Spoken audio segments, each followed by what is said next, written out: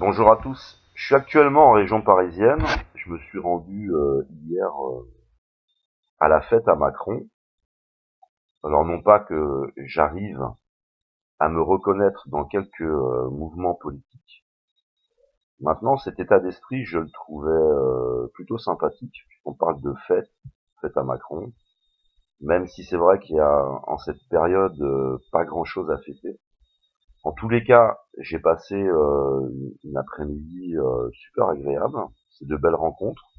Je voulais saluer Rudy au passage, avec qui on a passé un long moment à discuter. Rudy qui m'avait découvert sur YouTube. Et puis du coup on s'est posé dans un coin et on a longuement parlé. On a refait le monde.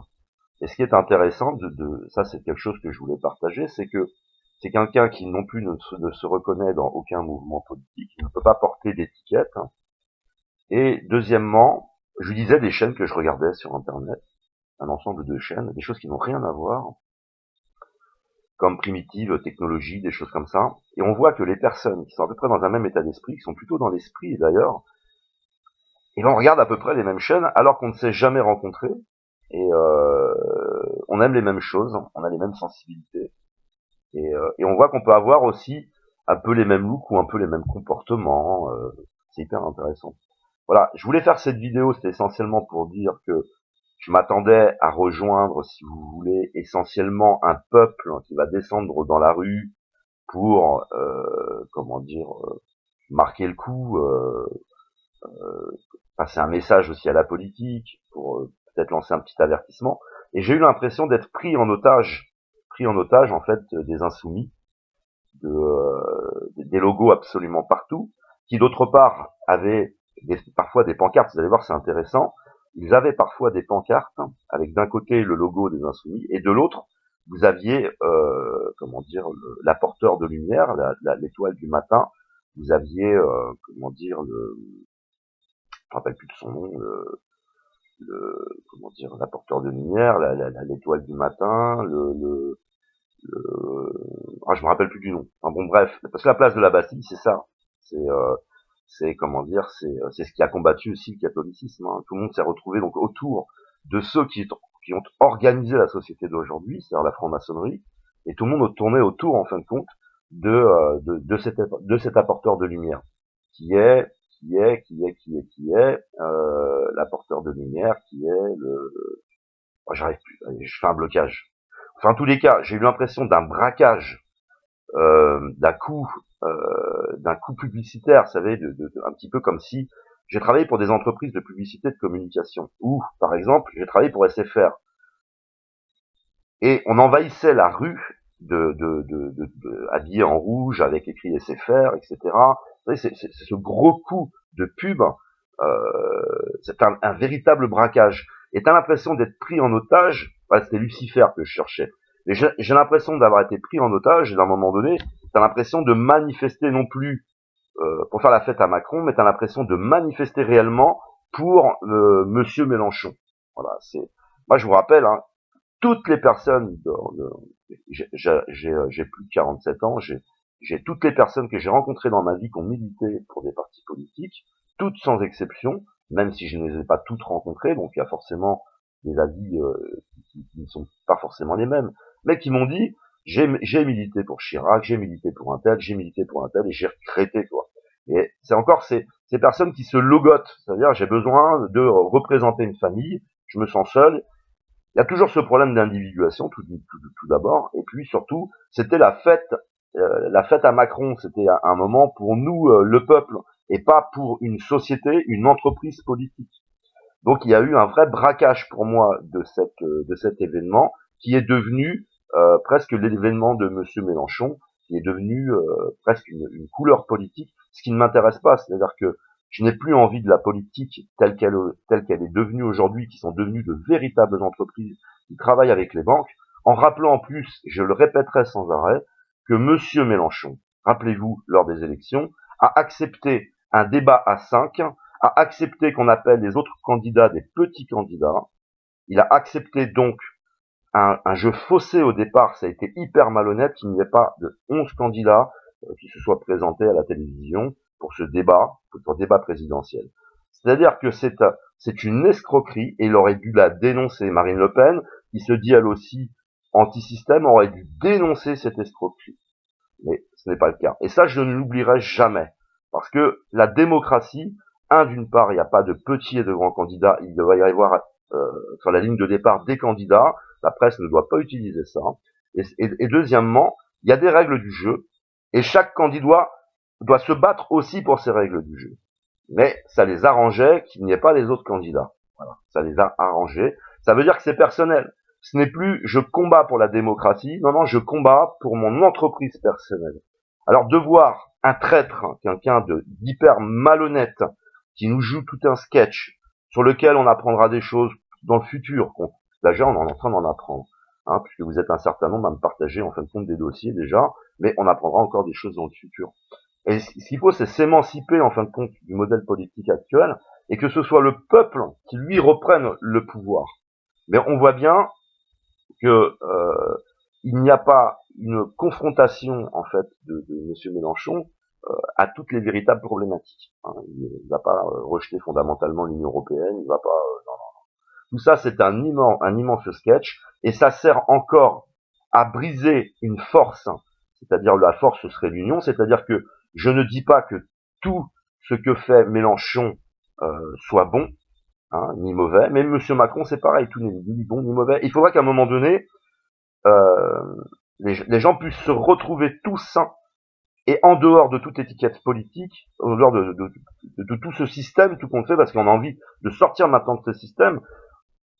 Quand on parle, vous savez, d'individuation, quand on parle de binaire, le raisonnement binaire, un coup on vote à gauche, un coup on vote à droite, on a besoin du ternaire, c'est-à-dire de la voie du milieu, et de briser ce raisonnement binaire, d'arrêter de tourner en rond, et retrouver cette créativité. Il faut de la créativité, créer quelque chose de complètement nouveau, mais surtout se rassembler, c'est-à-dire que la personne, Monsieur Mélenchon, pour moi, était vraiment le bienvenu, ça je le pense, mais pas avec son étiquette politique, en tant que citoyen. Tout le monde pour moi était le bienvenu, mais en tant que citoyen, et pas me retrouver moi pris au piège au milieu de ces panneaux, de toutes ces affiches qui étaient des affiches de Monsieur Mélenchon et d'une entreprise politique. J'aurais aimé que ça reste avec des messages perso, parce que c'était ça qui était extraordinaire, c'était tous les messages perso. C'était pas de nous mettre Lucifer, là, l'apporteur de lumière, l'étoile du matin, sur vos panneaux, avec tout ce côté un peu logo franc-maçon un peu, c'est un peu ça, mais quelqu'un qui appartient tout compte fait au système, quelqu'un qui va travailler avec les banques, quelqu'un qui va utiliser les technologies avec comment dire, je sais même plus comment ça s'appelle là, enfin bon bref, c'est dommage. Voilà, c'était le petit côté qui était dommage. Mais en tous les cas, j'ai passé un beau moment. Ce qui m'intéresse aussi au travers de cette expérience, j'ai jeune manifesté quelques fois, j'avais arrêté, mais c'est aussi pour essayer de ressentir ce que pourra apporter par la suite ce type de manifestation. Et d'ailleurs avec Rudy, on a parlé de ça, quelqu'un de super sympa, et on parlait de ce qu'on ressentait de ce mouvement et des répercussions qu'il pourrait avoir dans le futur, par exemple. Après, je ne dis pas que ça changera ou ça ne changera rien, mais tu ressens les choses, tu ressens les vibrations, tu ressens les autres, et avec une très très belle énergie, et vraiment un moment festif en tous les cas. Merci en tout cas à Monsieur Ruffin et à tous ceux qui ont organisé ça, en dehors de l'aspect de récupération politique.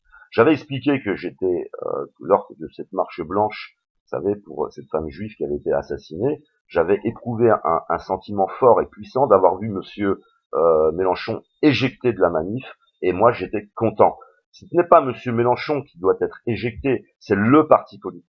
Voilà, c'est tout simplement ces entreprises qui sont devenues des business. Ils sont là pour gagner de l'argent. Ils sont là pour utiliser des méthodes que les entreprises qui vous vendent des produits utilisent exactement les mêmes méthodes.